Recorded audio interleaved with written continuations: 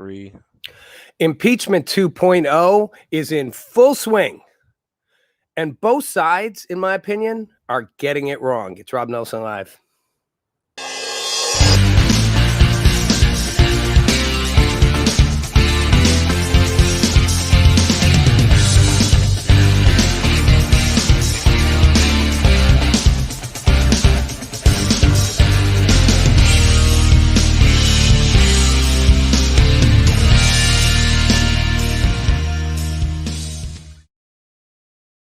Hey, everybody. Welcome to the Wednesday show. Rob Nelson Live, interactive. Already love the comments popping up.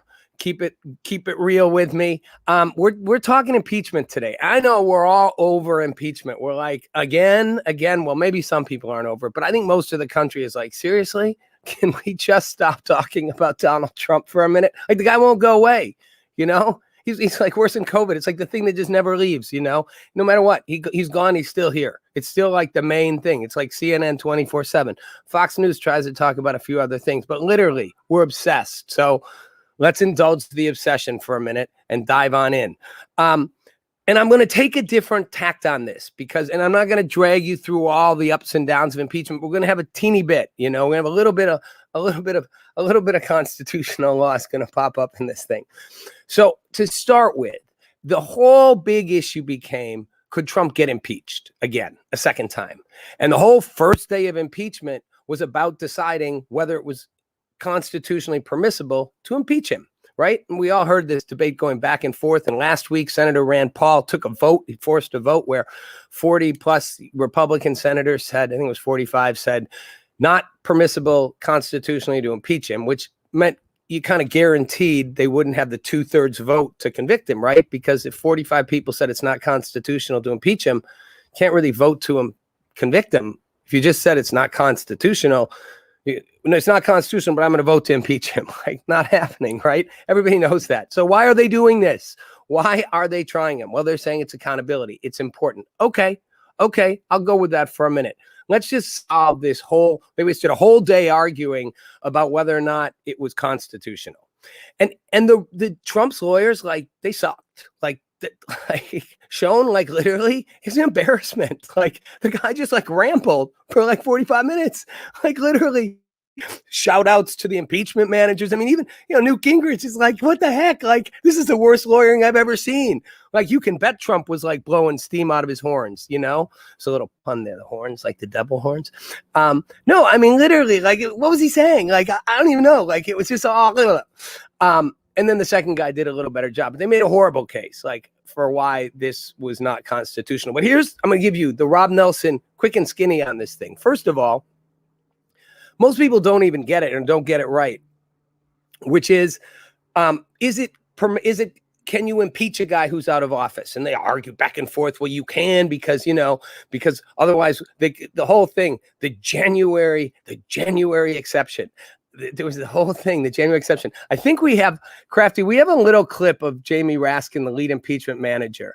And I don't know if he's saying it here, but let's play that little clip of him. It's just like a little bit of him starting out on this whole thing yesterday.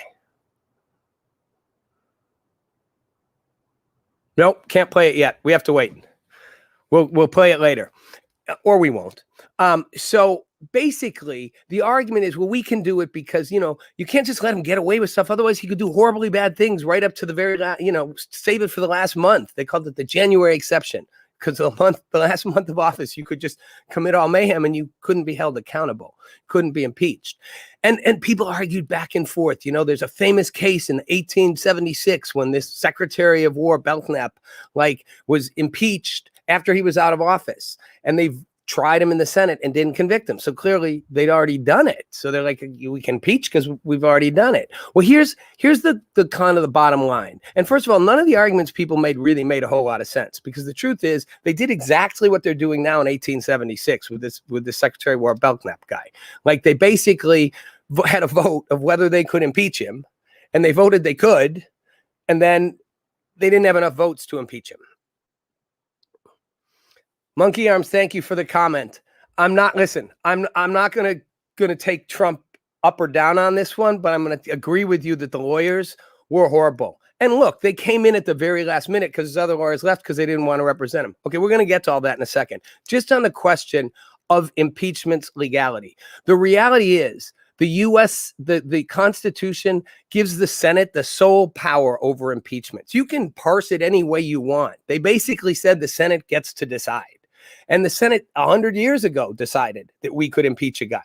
They did it just like this. They voted, we can do it, and then they didn't have enough votes to get him. It's like a redux 100 plus years later, you know?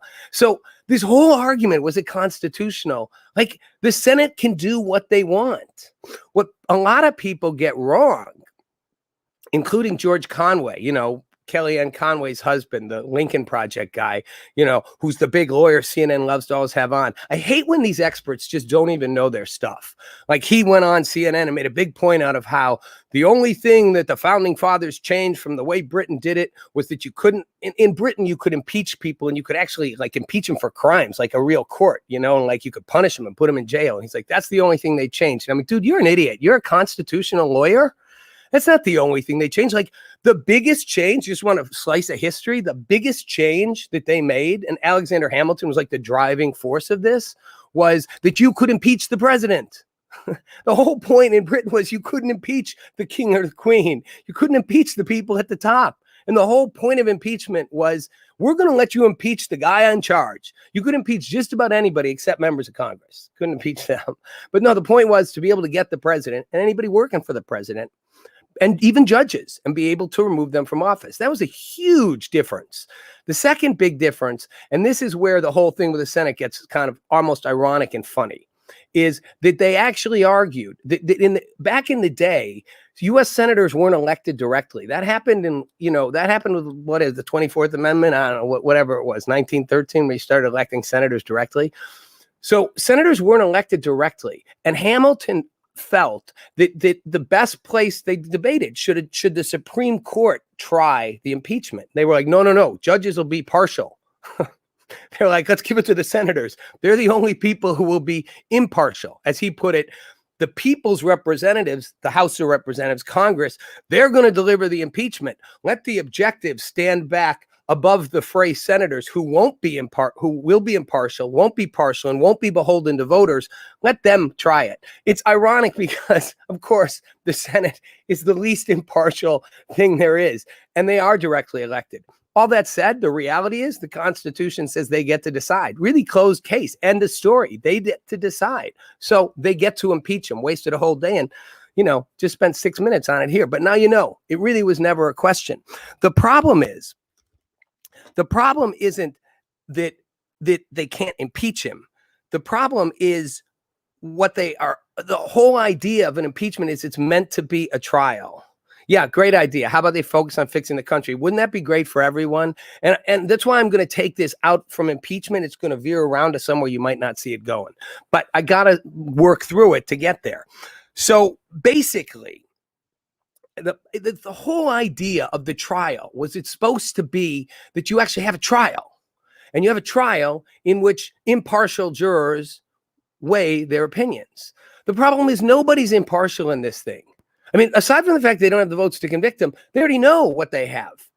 And, you know, people keep talking about the 6 Republicans on the fence already. Crafty, can we pop up that graphic? It's the six Republican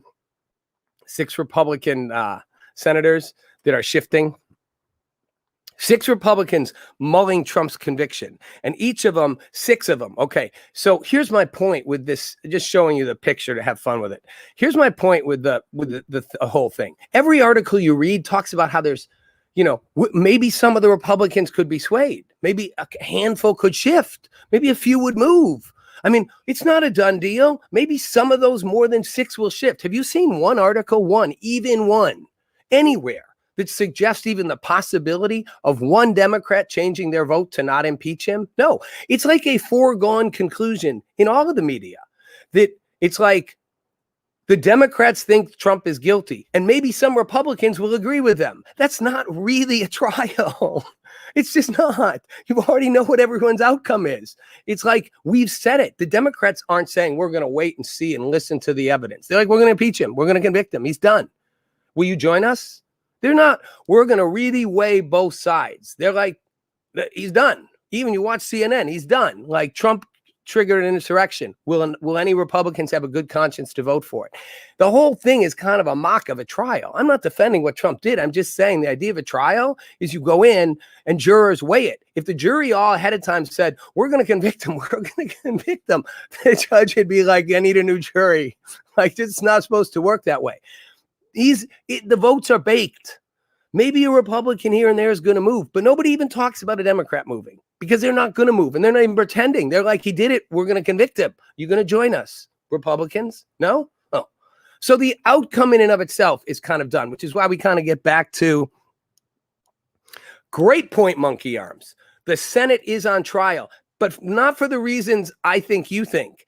The Senate is on trial because you want to see how many Republicans will agree to convict Trump. That's going to be my guess. But there's no part of you, Monkey Arms, or anyone on either side of this who I think honestly is up in the air of their decision. Monkey Arms, you and anyone on the left, none of you think it's possible Trump isn't guilty. It's a trial. We've already decided what we believe. And most people on the right, even if they don't approve of what Trump did, don't think he should be found guilty and impeached. So everyone's made up their mind before the trial's even barely underway. And we're only discussing whether some Republicans, as Monkey Arms are on trial, will you do the right thing? The right thing wasn't supposed to be, will you actually do what we decided ahead of time and get rid of him? It was supposed to be to hold an actual trial, which is what they're doing. Kind of, I call it the Minute Maid impeachment. They impeached him like in a day, and they're going to try him in 4. Like, there's no real preparation. Like, the whole point, the reason why Nixon never went to the Senate to be tried was because they took so long in creating the impeachment. No, they didn't bore everyone. They finally got Republicans to start moving, and they had enough votes before they went to trial. There was enough bipartisan consensus that people were like, Nixon was like, I'm resigning because I'm going to get convicted, and I don't want to get convicted, so I'm going to resign. That was the whole thing about it. They didn't need to because he resigned because he didn't have the votes. It took time to get there. This is a Minute Maid impeachment. That's fine. People want to get there in. That's fine. I want to go somewhere much bigger with this whole thing because it's what Trump is actually, well, you see, but Monkey Arms, that's the problem. You're saying, see who believes in, and it's a great point. See who believes in democracy and accountability, who doesn't. Then don't have a trial. The whole point of a trial. It's like, again, if you were charged with a crime and I, as the jury, said, anybody who believes in truth and justice and fairness will convict them before the trial even happens. In fact, when you can actually get a trial venue moved, you can even sometimes get a mistrial. If there's so much out there that's convicting you in the eyes of public opinion before the trial. You're supposed to actually let the trial tell you, not decide ahead of time. The Monkey Arms, you make my point. Everyone's decided already what they think this is about. You've decided he's guilty. You don't need to hear any more evidence. You've heard everything you need to hear. So, Monkey Arms, I'm going to challenge you with this, because here is where I do think the bigger issue is at stake and where this gets really complicated. I don't like what Donald Trump did. I want to be clear. I think he was irresponsible. I think what he did had real risk of harming this country. I don't think ultimately it will. I think he's selfish, self-serving, and I think he fabricated a lie that this election was a complete stolen fraud. And I've said that from the beginning. There was fraud. Prove that there was enough to overturn the results. They could never do that. And very early on, I said they can't do it because they don't have the proof. Wasn't massively stolen. I don't get into that whole thing again. Was there fraud? Sure, there always is. Was open ballot, mail-in, mass mail-in balloting going to create a problem? 100%. But they should have fixed that ahead of time in the state legislatures. What Trump did to me, and what Trump didn't do after the riots broke out, in not immediately calling it out, is possibly criminal. I don't know, that second part. But it's impeachable. We'll get to that. That's what they should probably be impeaching him for, is what he didn't do afterward. But the issue of him inciting this, and this is where this gets really, everyone's convinced. Trump did this, Trump incited the riot, Trump should be prosecuted for it. And this is where most everybody is kind of often wrong. The whole standard of what you can and can't say has been well set down in the history of Supreme Court jurisprudence. And it came up in a case called Brandenburg versus Ohio in 1969. Brandenburg was a white supremacist KKK member who held a rally. It was on private property, and he got a bunch of people and he invited the press, and the press came, and he basically said, we are going to just take down the government. We are going to commit violent acts if you don't stop suppressing white people. And he used the N-word and the anti-Semitic this and all that. I mean, he's a badass, ugly dude. And Brandenburg was convicted in Ohio under the criminal syndication statute for fomenting violence, for calling for violence to be used. The Supreme Court overturned it. The liberal Warren Supreme Court overturned it in one of the greatest defenses of free speech in American history, and said, you are not allowed to call for violence. You can, in fact, call for violence. And pause here. Everybody goes, wait a minute. Wait, no. Can't shout fire in a crowded theater. Okay, first of all, you can't falsely shout fire in a crowded theater. Secondly, it's Oliver Wendell Holmes in the Schenck case in 1919. Schenck was a draft avoider who was passing out pamphlets to encourage people to avoid the draft. Schenck was convicted. The Supreme Court upheld his conviction. Oliver Wendell Holmes wrote the opinion and said, you can't falsely shout fire in a crowded theater. It's a clear and present danger. If you commit a clear and present danger, you are no longer have free speech protection. And everybody keeps saying that.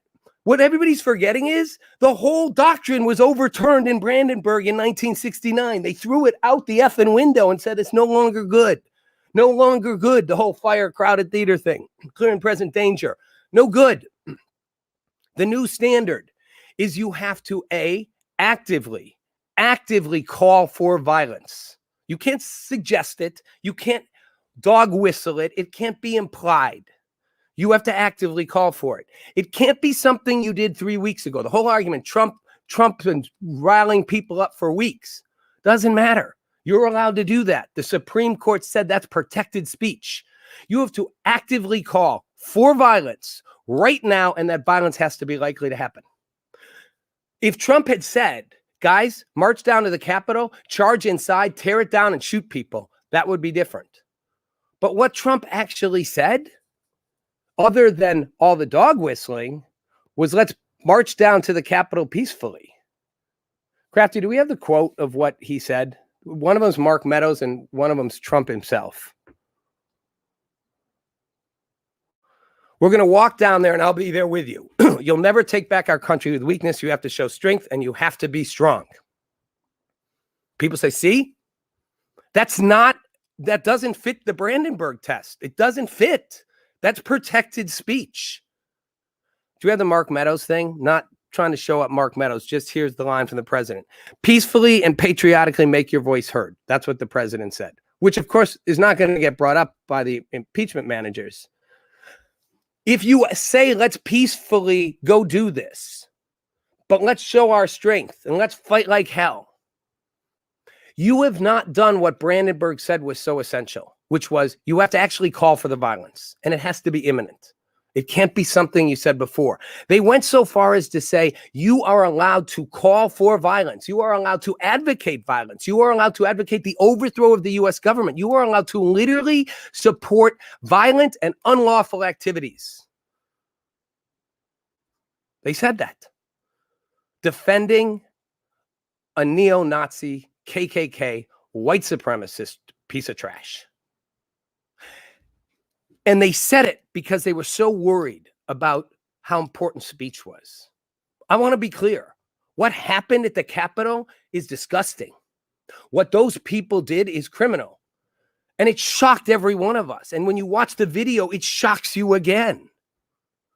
But the justices, the liberal justices, were very clear that may happen. But if the person didn't actually call for the violence and didn't say it should happen, right now, go be violent, then it's protected speech. Why did they want to protect that? Why would you want to protect that? Because they used to actually believe that there was nothing more important. That was, by the way, that was a per curiam opinion written by the collective court, and all 8 justices signed on. The 9th justice, Abe Fortas, had resigned. He was Lyndon Johnson's appointee to be the chief justice, and he resigned because he was corrupt too. They were going to impeach him. All 8 justices. And it was the liberal Warren Court.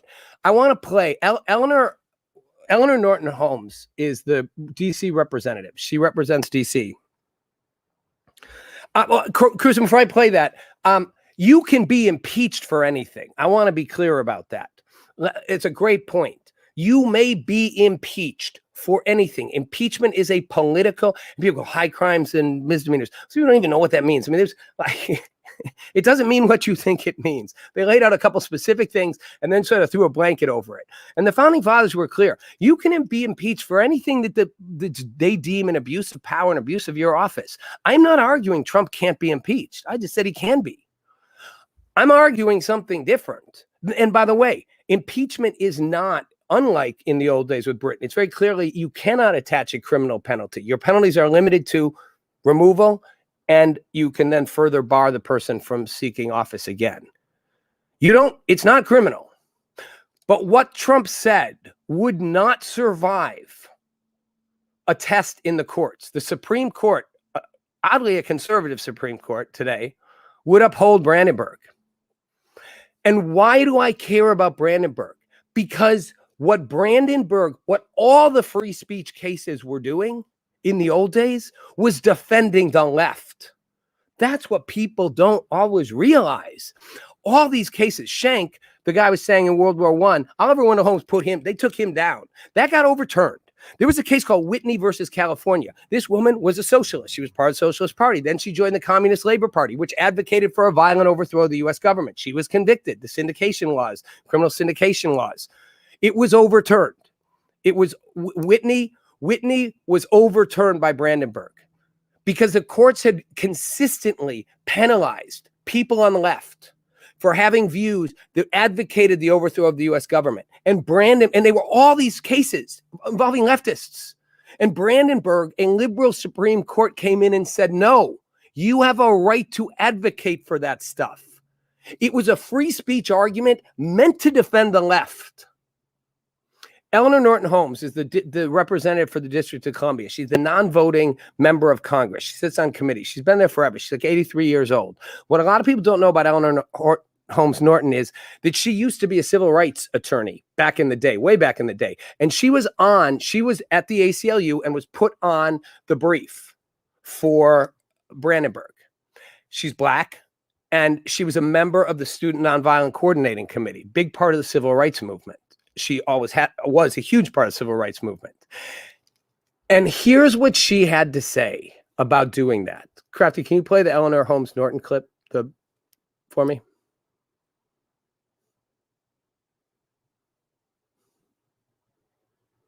Change to our country. Now, I can tell you, since I was in the civil rights movement, I thought that all of my colleagues who were also in what we call the Student Nonviolent Coordinating Committee would say, go get them, Eleanor, because after all, we need all the speech we can get because we need it every day that we wake up. Instead, some said, what is Eleanor doing? If you talk to them now, they will tell you, when they've gotten as old as I have, that we understand what she was doing. But there was mixed feelings in the civil rights movement, even. The failure to make the connection between the neutrality of speech and that in a democratic society, it's very hard unless the government makes a decision to say who's allowed to speak and who is not. Now, do you want the government making the decision, or you want a free-for-all on speech? Well, I go for a free-for-all. And I mean, sometimes I got to defend people who would not defend me. So my concern with all of this, again, is not about defending Trump. I want to defend speech. He is allowed to be impeached again. I want to be clear. You can impeach him for almost anything. High crimes and misdemeanors covers a lot. The founding fathers were pretty clear that what you could decide was an impeachable offense was pretty broad and pretty much up to the House of Representatives to decide. I'm not saying you can't impeach Trump. I'm saying you did impeach him twice, It's only giving him more fuel. I actually think the first impeachment fueled him he got away with it. He didn't get convicted. Now the second one, he's going to do more. He gets this. I mean, after the first one, he does even more. He felt unbridled even more. And this one's a meaningless one because they're not going to convict him. The votes are already baked in. So he's not going to get convicted again. You're allowed to impeach him. My concern is our mindset that we have moved to a space around speech that was designed, as Eleanor Norton Holmes said, the whole point of why she thought and why most civil libertarians, most of whom are on the left, Brandenburg's lawyer was a Jew. Why? And his son said he was the only guy I ever saw who had a black nationalist and a Ku Klux Klan member, both in his office at different times, because they believed protecting speech meant ultimately protecting speech on the left. That's what they were worried about then. The government was censoring speech on the right, on the left all the time. And they wanted that protection for people. And they were scared if you didn't have it, what could happen? I don't know what you called 2 months ago, where the president swears about it and then goes directly against it and citizen making outlandish comments. Actually, you're wrong about that monkey arms. I'm not missing the point. I am not defending Trump. I think you think I'm defending Trump. I'm defending speech, period. Trump could say whatever he wanted other than calling for violence, and that's protected, even for the president. He can be impeached. You can impeach him. That's fine. The trend we're moving toward is to silence speech. And the Supreme Court wasn't about a random person making statements. They wanted to defend the right of the most. Let me go take you where this goes.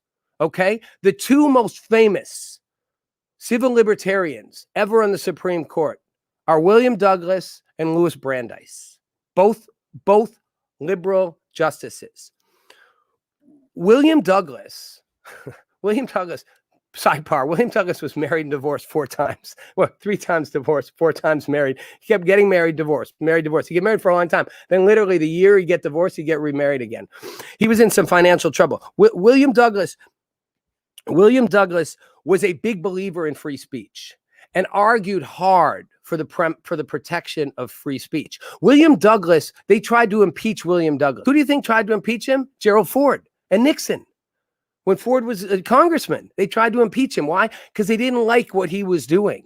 And they crafted up this whole thing that he was, that he supported this filthy, as Gerald Ford called it, movie, the Swedish film called I Am Yellow. And that, it supported a pornographic film. And that he wrote for this magazine called Avant-Garde, which had filthy ideas and that supported leftist socialist folk singers. They tried to impeach William Douglas because he was a free speecher for the left. But Justice Brandeis, and William Douglas was considered by many to be the most committed civil libertarian ever to sit on the court. And he and Justice Brandeis both argued that all speech should be protected, period. Justice Brandeis, for those of you who don't know, is probably the most iconic Supreme Court justice ever. He was the true leftist, progressive fighter for the common man. I mean, it didn't get any more than that, Basically, I mean, he called the curse of bigness. He fought against the big companies. He wanted an new industrial democracy. He fought for the New Deal, which a new industrial democracy brought government, free enterprise, and citizens together. They called him the Robin Hood of the law. I mean, literally, he was the diehard, lifelong fighter for liberal causes. He made Justice Ginsburg look like nothing. That he was, and Justice Brandeis said, quote, any abridgment of free speech will eventually strangle democracy. Any abridgment of free speech, any. Because what they believed was the minute you start, it just gets tighter and tighter and tighter and tighter and tighter. And it doesn't stop. That the more you do it, the worse it gets. Even Oliver Wendell Holmes, who originally was the clear and present danger guy, shifted his views. Also a famous church. Do we have the Oliver Wendell Holmes quote, Crafty? Yeah. Every this is Oliver Wendell Holmes. Every idea is an incitement. It offers itself for belief, and if believed, it is acted on unless some other belief outweighs it. The only difference between the expression of an opinion and an incitement is the speaker's enthusiasm for the result. What's he saying, guys? What they're all saying. You can make anything incitement. You can say Trump was inciting people with all his words, but the word he actually said was go march peacefully. I don't know what he really intended.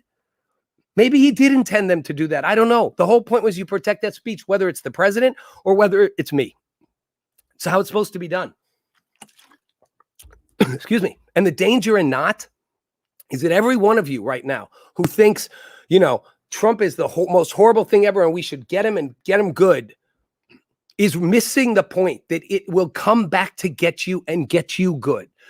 Eleanor Norton Holmes' whole point, we were doing it because to protect the speech we hated, to protect our speech.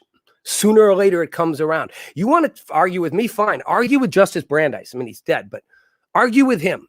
Anyone on the left, challenge Justice Brandeis. You cannot find a more committed progressive, period. His entire life.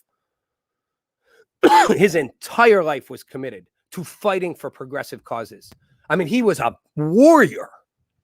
And he said any abridgment at all will strangle democracy eventually.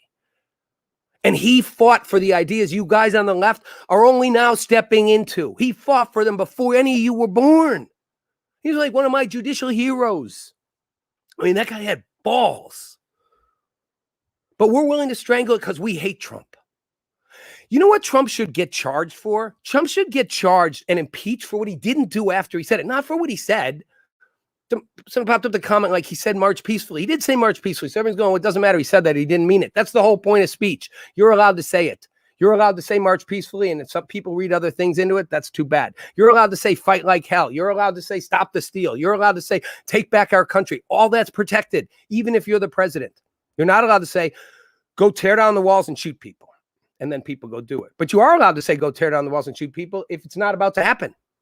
That's what the Supreme Court protected in a move to protect the left and leftist speech that for a long time in this country, the Republicans and McCarthyism were censoring speech, silencing people for political views. This isn't about Trump. This is about our political future, all of ours, and the ideals I care about and a lot of you on the left care about, protecting those ideals and our right to have them because the thing spins around and eventually comes back and gets you. Trump's failure was to not immediately call out an end to that violence. And people talk about, Ivanka came in, Leader McCarthy on the phone. People were literally like, do something. He didn't. And people use that as proof he wanted it to happen. I don't know. What I do know is that's dereliction of duty. The minute that happened, the president should have been all over it. And he eventually did. But he should have been all over it instantly. You want to criticize him for that? Yeah. You want to impeach him for that? I'd be on board that. Impeach him for that. Impeach him for failing to act afterward faster. That to me, you know what? That you can get. But don't impeach him for the free speech to say, let's fight like hell and let's do this, when you then say, let's peacefully march down to the Capitol. Because you are now taking, not only are you mistorting what he was saying, and I don't know what was in his head, but I know what he said, but you're actually taking the most fundamental bedrock in the last 60 years of constitutional free speech protection, which is unless you actively say, go be violent, you are protected, whoever you are.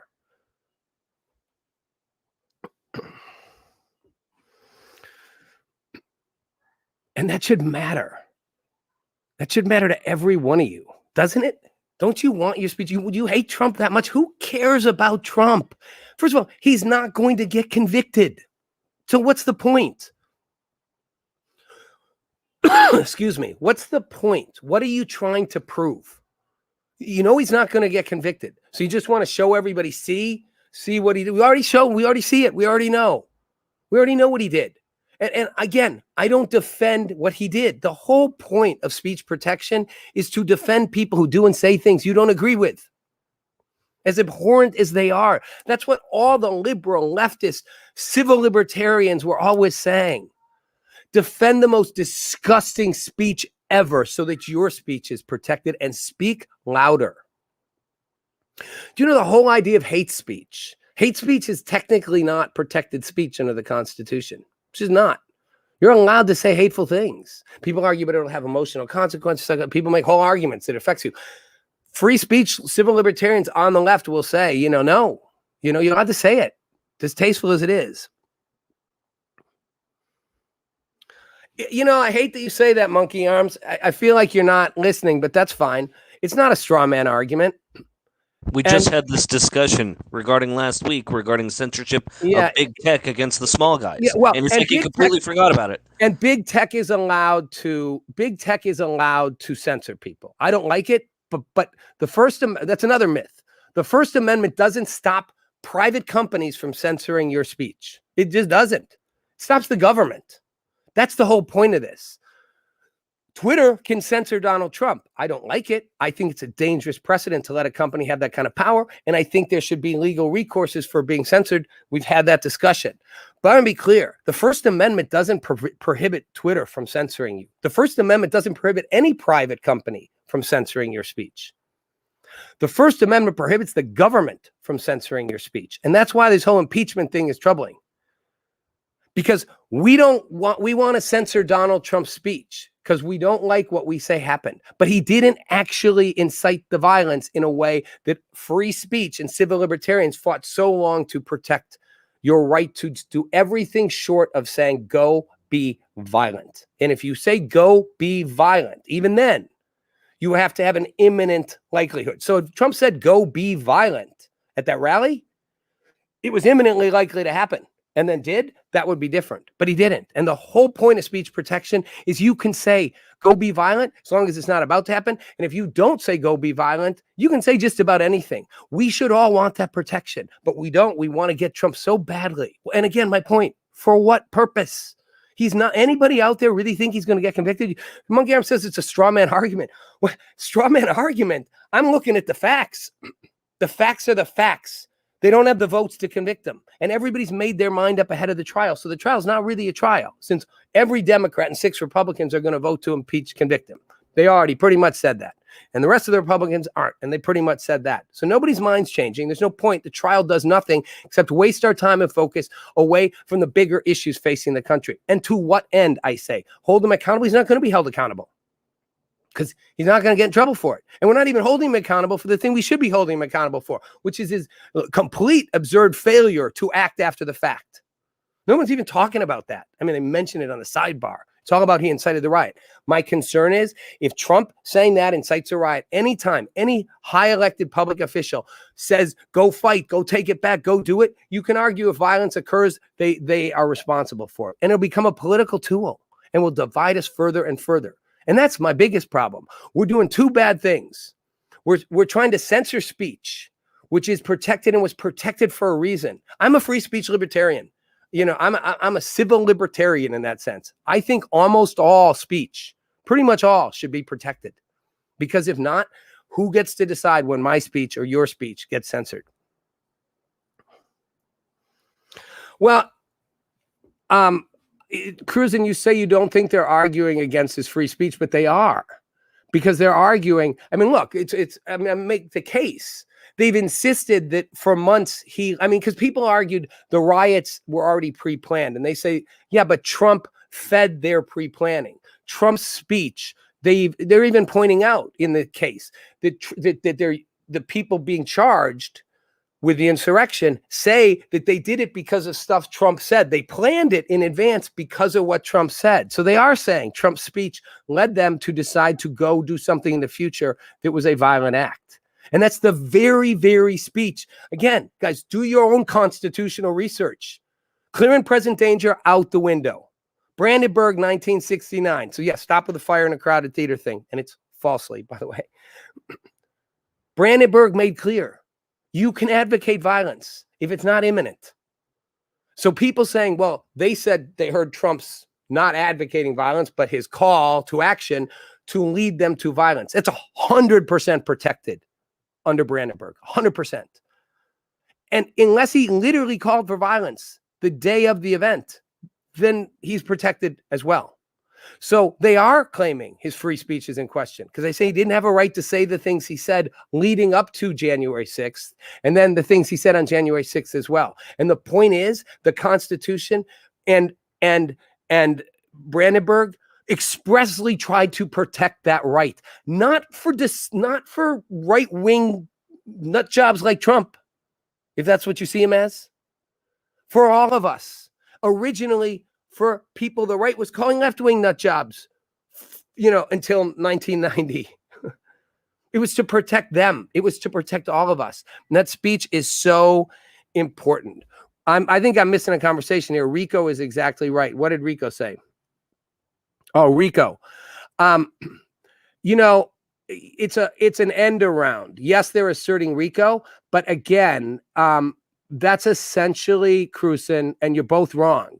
I mean, not that they're saying it, but again, do your constitutional homework then. That's exactly what Brandenburg did. The Ohio criminalization syndicate was basically a RICO Act. If you read what these crime syndicalism, they were called crime syndicalism, laws in these states were doing was essentially RICOs. And they argued for those reasons. And that's what they were convicted on. Whitney in California, Brandenburg in Ohio. That's what they were convicted on. For their, Brandenburg was a right winger, Whitney was a left winger. And yes, arguing it's RICO, it doesn't change the point. Your speech is protected. Your speech is, I don't know who they coddle and tuck in at night. It's not RICO, not free speech. It's connected. It's the speech. They are accusing. I can't win with you guys. If you don't, here's what I'm going to say. You're allowed to have your view. Do your constitutional homework because you haven't. Brandenburg, and again, anyone on the left, you want to argue with Louis Brandeis, go argue with him because he was right. Any abridgment of free speech. So Cruzen, you're saying it's not free speech. It's 100% free speech. Trump didn't go out and organize people to do this. He didn't set it up and put cells in place. He advocated speech, used speech that people said was dog whistling, telling people go fight like hell, take your country back, stop the steal. All that was speech, which then led people to act. It did not lead them to act immediately, led them to plan to act, which we now know because they admit that, which is protected. And the day of, he didn't say go be violent. He never said go be violent. So it is speech that they are going after. They are going after his speech in promoting it and inciting. They keep saying he incited a riot. He incited insurrection. And Brandenburg makes clear you don't incite anything unless you actively call for the violence. And even Oliver Wendell Holmes came out later and said, again, the quote, the difference between incitement and somebody's opinion is how passionate the speaker is. And his point was that you can't just say someone's inciting something. It's very close to an opinion. It's just they're more adamant about it. It has to literally call for the violence. Why do I care? I know some of you think I'm trying to defend Trump. Don't care about Trump. Wish Trump would go away. Wish we'd stop focusing on Trump. I care about speech. We are damaging free speech in this country. We are killing it. And this is just one more example of it. It's just one thing after another. We don't want people to be able to. Facebook ban Stop the Steal. Facebook can do that, but the whole point is we don't want people to be able to say certain things. We don't want to be able to, and we'll say everything's a dog whistle. Now, again, what happened at the Capitol, is it Trump's fault? I don't know. What he didn't do afterward is his fault. And the whole point isn't to defend Trump. Again, I don't care. Trump's impeached and he's not going to get convicted and he's going to go away. The only if maybe in this whole thing is if they fail to convict him, are they going to try to actually do a vote to still bar him from office? And the reason would be you need 2/3 to convict. You only need a 50% margin to bar him from office. But it's highly unlikely, although they may have that up their sleeve, because I think most people are going to argue you have to first convict him and then you can do the second punishment. If you don't convict him to begin with, you can't just go do the second one. But they might try. And if they do, that'll probably end up in the Supreme Court. Because that may be the Democrats' end-around game. And if that were their game, then at least there'd be a point. We know we're not going to convict them, but we have 50 votes to bar him from office. So when we fail to convict them, we're going to hold a vote on that. Maybe that's what they're holding up their sleeve. I don't think so, but maybe. But other than that, nothing's changing.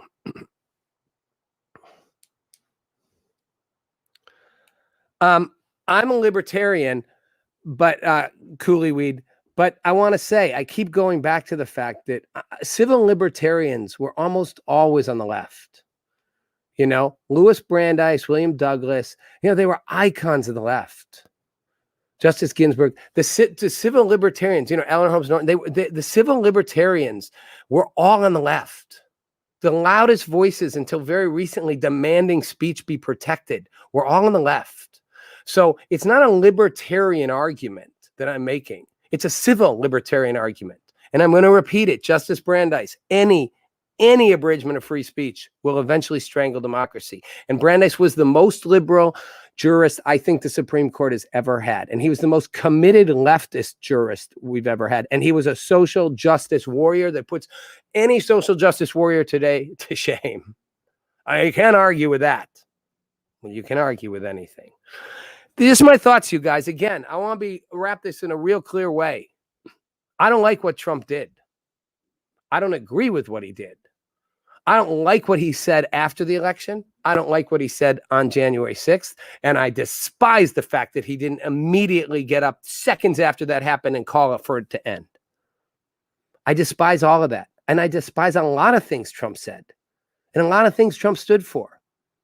But I will, to the end, protect his right to say them because I want to protect my right and your right. Whether I'm an individual citizen, whether I'm a member of Congress, whether I'm the president of the United States. And at the end of the day, the standard we set after a hard-fought battle for decades was you can even call for violence, whoever you are, as long as you don't call for violence that's imminently going to happen. And if you don't call for violence, if you don't actually call for violence, even if it's implied, even if that's what people will read from it, you're allowed to say it. Again, something for you guys to think about. If you're on the left of this, and by the way, I'm not defending the right here either. The right's no better on this at all. They're no better. They want to protect the speech they want to protect, you know? And defending Trump isn't the point. Who cares? I mean, defending Trump, I'm sick of people defending Trump. I'm not defending Trump. I'm defending the right to speech, whoever says it. And that would go for anyone with a view that I find abhorrent. But I'm encouraging you guys on the left who I know are advocates of liberal agendas and a progressive cause. Be careful, because this will come back to haunt all of us. It will come back to haunt you. You tear that wall down. Oliver Wendell Holmes, William Douglas, Louis Brandeis, three of the most famous justices, in American history. Holmes wasn't so liberal, but he became more so. But Brandeis and Douglas, civil libertarians, staunch advocates that you cannot censor speech.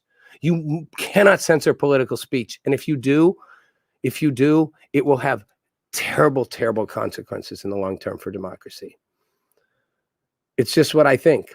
And yes, crazy that the right is fighting for free speech. It's the oddest shift we've ever seen. And it shows you everything just comes around. But again, shouldn't matter if the right's fighting for it or the left's fighting for it. I've always been an advocate of protecting it. Historically, it was the left, and it was often like Eleanor Norton Holmes types who were defending, or the lawyer for Brandenburg. Brandenburg was pissed that a Jew was representing him because he hated Jews. But the lawyer was like, I'm going to defend your right to speech, not because I like you, because I care about that right. And I think that's what we've lost sight of. All right, I've missed some of these comments. Fox psychophants abound. It's crazy that the right is arguing the left is trying to end free speech. No one's defending it.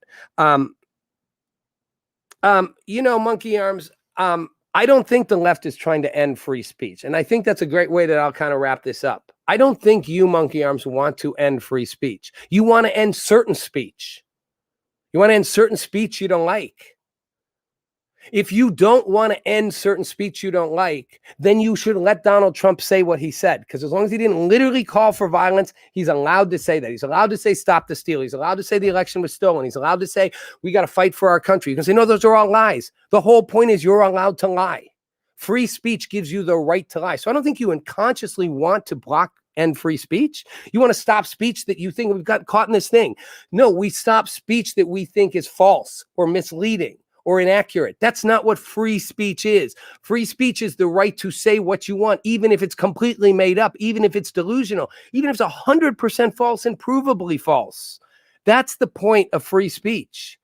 And underneath that protects your right to your political views and your thoughts, no matter how much they are outside the mainstream. The mainstream right now happens to be more to the left. Didn't used to be, was more to the right. In McCarthyism, that's why they were stopping everyone for having, communist connections and communist views and, it was all these things where you're part of the Communist Party that wants to destroy America. It's protecting all views. And eventually it will spiral around. It will always spiral around, which is why I believe we have to protect it at all costs. And again, could care less about Donald Trump. Wish he'd just go away. Wish we just let him go away. Like, let him just go off into the distance, and they'll prosecute him in Georgia for, get him in a criminal case there. But the longer the guy stays in the news, the worse it is for the future of America. And I'm going to end with Cooley Weed saying the right is as culpable as the left. 100%. No part of me. This is not a left-right issue, as tried to point out. The right, left, both sides are responsible. When it comes to free speech, both sides have traded places. I'm defending the right of free speech and encouraging us to actually let us move forward. Can we move past the Trump era? Can we focus on rebuilding this country and stop pretending, we can do both? Because we're not. I didn't see much news about anything other than Trump's impeachment. And we're not going to for the next few days. And then whatever happens, we're going to see more of it. It's like Trump hasn't left the headlines for a minute. He gets more press than Joe Biden any day of the week. Shouldn't be that way. All right, you guys. Thanks for watching. It's Rob Nelson Live.